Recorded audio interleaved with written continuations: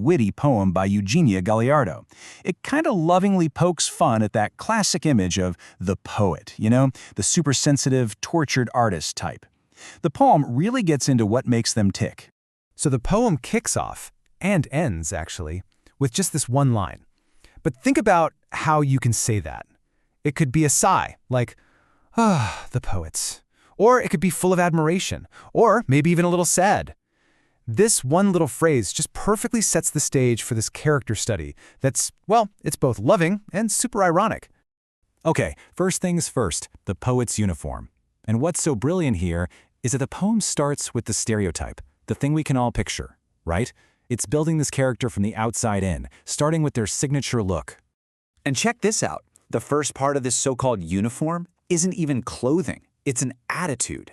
This mawkish sensitivity. I mean, that is just a perfect shot at that cliché of the super emotional artist, right? The person whose feelings are always out there for everyone to see. Then we get to this signature accessory, the little hat. The poem makes this fantastic point that it casts no shade, so it's not actually for, blocking the sun. Its real job is to complete the look, the persona. And this is the best part, it's there to shield what the poem calls mischievous little eyes. It's this great hint that underneath that sensitive exterior, there's something playful, maybe even a little calculating going on. All right, on to section 2, an otherworldly existence. And this is where things get really interesting, because the poem isn't just saying poets see the world differently. Nope. It's suggesting they live in a totally separate reality, one with its own instruction manual. And wow, the divide is huge. On one side, you've got the world of the sun. This is the world of logic, of hard work, of what the poem calls the labors of the earth, where most of us live. But the poet? They're way over on the other side.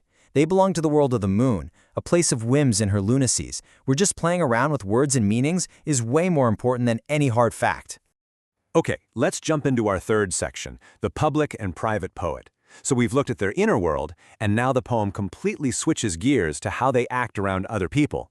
And it uncovers this really fascinating contradiction between who they are in public and who they are in private.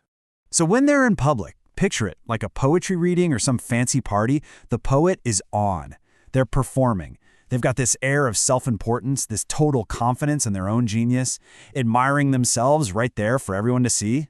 But then, behind closed doors, all that admiration for the art just disappears. Poof. The poem really cuts deep here, showing this super competitive side that just dismisses what other poets are doing. So that whole public we're all in this together thing? Yeah, total act. And all of this leads us right into our fourth section, the fragile ego. Because that split between their public and private self, that takes us straight to the psychological core of the whole poem. We're talking about the central paradox of the artist's mind. The poem just nails it with this one phrase, the enormous, fragile ego. And just think about that for a second. The ego has to be huge to think your personal feelings should matter to the whole world, right? But at the very same time, it's so fragile. It can be shattered by a bad review, by a rival, or just by people not caring. And it's not like society makes it any easier to keep that ego intact. The poem lays out the cold, hard facts. Poets get called out for being out of touch, they're starving, and not just for food but for recognition, and they get pushed to the margins of a world that would much rather have that sunlit logic than any of their moonlit whims. I mean, you'd think all that would be enough to make anyone just give up, right?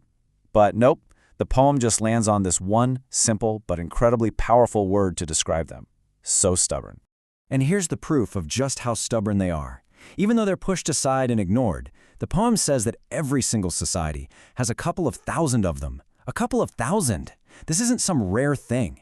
It's a constant, persistent part of being human. No matter what, against all the odds, they just keep popping up. Which brings us to the grand finale, children of mischief. So if they're not in it for the cash, and they're not in it for fame, then what's the point? Well, the poem's conclusion hints that their job is something way more essential. It's like a form of sacred troublemaking. You see, their whole creative process is about rejecting that logical world of the sun. They go out of their way to defy logic. They have to be willing to fail, because, let's be honest, that's how you create anything new. And their real job, the most important part, is to play with language until they find meanings that the original words never even dreamed of having.